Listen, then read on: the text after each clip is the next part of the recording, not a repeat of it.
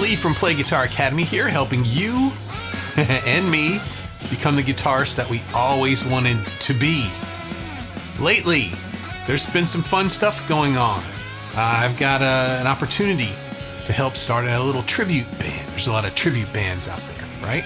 It's not really my thing up to this point, but I'm diving in a little bit. There's this little Pink Floyd tribute band that I'm helping get started. And I've been deep into learning David Gilmour's solos for this band. And so that puts me on the line there. There's a lot of things. Well, how much do you improvise? How much do you, those kind of things. But one of the solos that I've been spending a lot of time with is Time. And working through that solo has been a good reminder of something I wanted to share with you today. I think a lot of guitar players forget this, that great soloing is not about more notes at all. It's about better choices. So think about that. Great solos are more about better choices. Can you choose notes? Can you take the time away from playing the song before you play that and look at what you're playing and think about where this little idea that you have is going to? Note choices. That's something we can all do. We can all look at the chord and, well, what notes are in the chord? Well, let's get there. Then things start to move a little bit. That solo Time, it sounds emotional. It sounds expressive. But when you dig into it, which is what I'm doing right now, and I did a video, I'm going to do 3 videos, one for each. I'm not playing the song. I'm not doing a copyright thing. I'm picking apart the licks, right? And when you dig into it, it's built on very clear, very intentional decisions. You can see it plain as day. When you talk about Gilmour's playing, people sometimes describe it as mysterious or they don't talk about it being in the blues world at all. But the more I work on these solos, the more I hear it completely the other way. This is great blues playing. It's really good blues playing. The chords are just different behind it. But this playing, these bends, the double stops, it's just great blues playing that's elevated to a different level. The phrasing he's using is blues. The bends are blues. The note choices are blues. But what's different is the commitment to each note and the patience to steer these licks into a certain direction, which is governed by the chord progressions.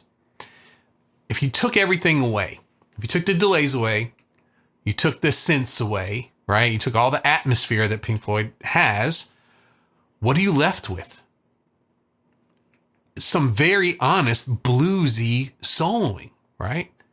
The one thing that me going through this right now, looking at something in like a tribute band, forces you, and I've done something like this before. I did an Allman Brothers thing. It was a benefit. This is before they called things tribute bands, but it was a benefit for a homeless. It was, it was a food drive, and it was in Macon, and we played at the City Auditorium, and we did the Allman Brothers songs the way they did them, right? And it's an interesting thing when you do this, right? So you're going in, you could very easily just learn the notes and play the notes. Learning to do a tribute to someone, so it kind of forces you to remove all the creative excuses that you might do in a regular band. You don't get to say, well, this is my version. You can't just put on a bunch of distortion or play real fast, right? You have to honor what came before. You honor the phrasing, honor the timing, honor the space, and take a look at the reasons why those things happen. So I'm taking my time with these. I'm not just putting the tab up and reading them down. I'm looking into what are the note choices here? Why am I playing this way? What was he thinking at this time? And this is kind of a slow solo, right? It's a lot of delays, a lot of bending, So slow solos, like time, are very unforgiving. You have a lot of exposed notes. All of these bends are huge. And so you're either going to land them or you're not. And that's where the difference between knowing these solos. So, the beginning part, just the very beginning, chord tone, right? It's an F sharp. And then we've got the bend that's bending up to the fifth of the chord. Slow bend that's going from tension to release, not a chord tone to a chord tone.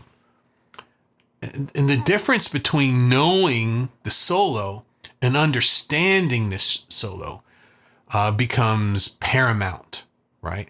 I could memorize these notes quickly, but understanding why I'm doing this, understand the reasons, this takes a little bit longer. And this is where improvising, I have an idea of doing some improvising around these tribute things. It's just an idea I have. I thought it would be very interesting. And so this is where improv gets a little misunderstood. Improv is not freedom from the choices. It's commitment to the right choices. So I'm looking at this as kind of like a key. So Mr. Gilmour already solved these problems decades ago in this solo. And he was correct with the way he solved this problem. He chose specific target notes. He didn't just do an aimless blues solo. He chose where the tension was going to build. And he based that around blues tension.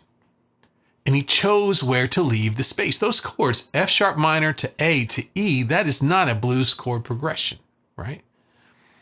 So if you wanted to add something, say I wanted, my idea is just like transitions, moving from one tribute song to the next in a way, right? So if you want to add a jam, you want to put an element of improvisation into this, right? What's the goal? Is the goal to say, hey, look at me, look what I can do? Or is it to take those ideas and see where they may lead, right? To extend them, not to replace them. That's what I think would be pretty interesting.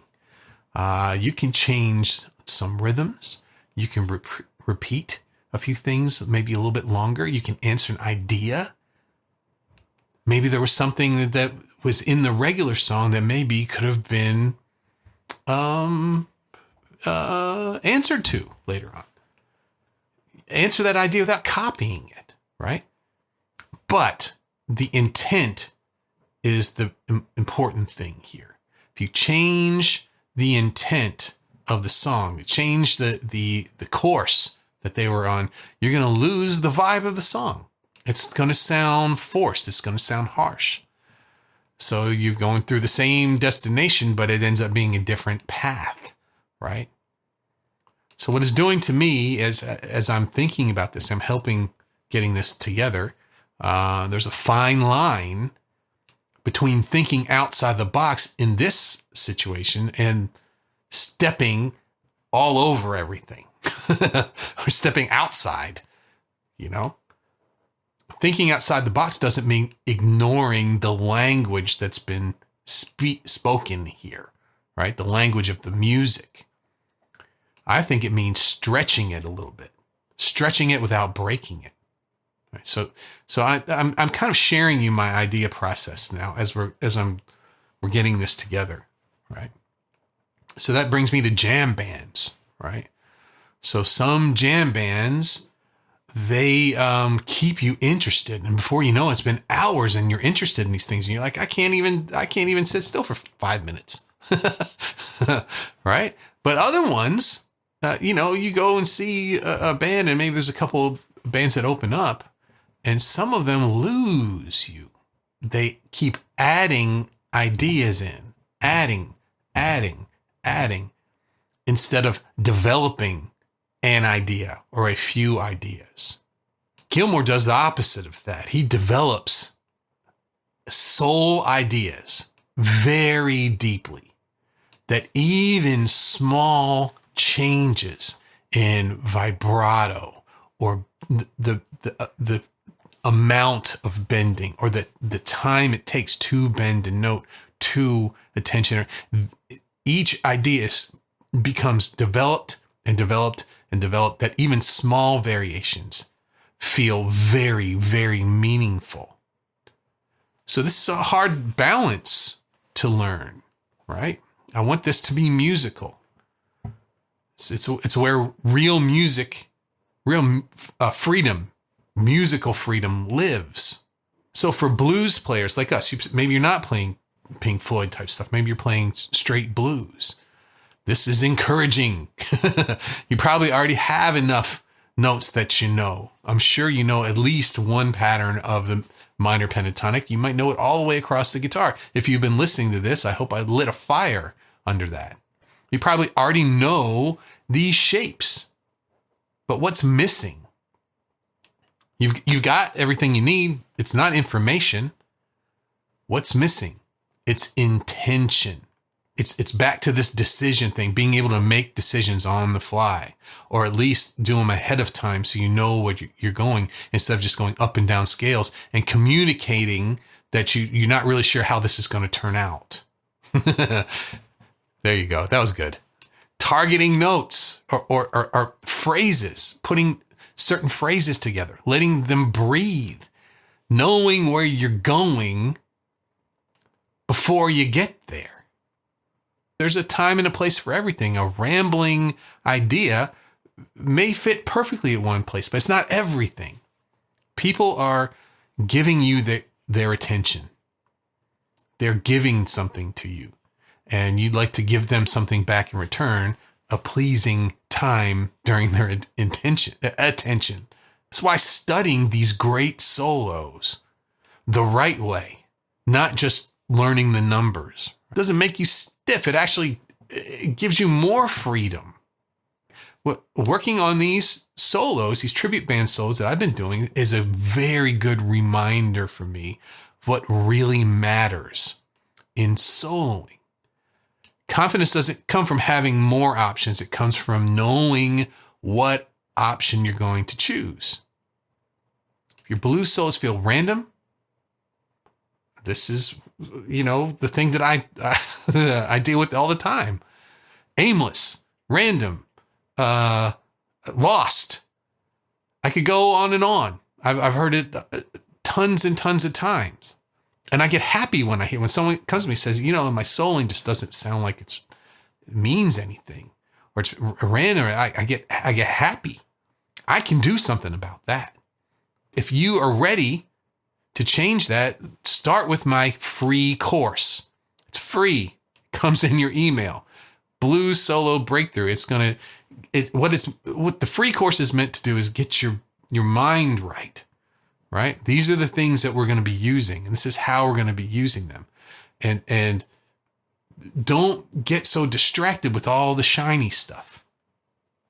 And this, you sign up for it and you get the first one right away, and then the next day you get another one. And for 6 days, you get one every day. And you get a rhythm started, and you kind of know, okay, these are the things that I need to be thinking about. These are things that are going to get me better the fastest. So take a look for those. Okay, the link is in the description, and I'm excited to hear what you think about it if you try it out. And so we got a few more lessons coming up. This was just the first third of the solo. It's a long solo, right? So I broke it into 3 parts. The first one is out today. And then the next ones, I'm going to keep breaking down the rest of the solo. There's different chords that we're playing over in one part of it. Some of these ideas that I learned today, if you haven't seen it, go to the YouTube channel and check it out, right? These things that we did today, these themes that he is developing over time, they come back in the second third and the third, the second part and the third part. And you'll see how these ideas start to develop and resolve. Remember, great solos don't sound great because they're complicated. They sound great because of confidence. The player knows where they're going, and that communicates. Okay, thanks everybody. Had a wonderful time hanging out with you today. I'll see you soon.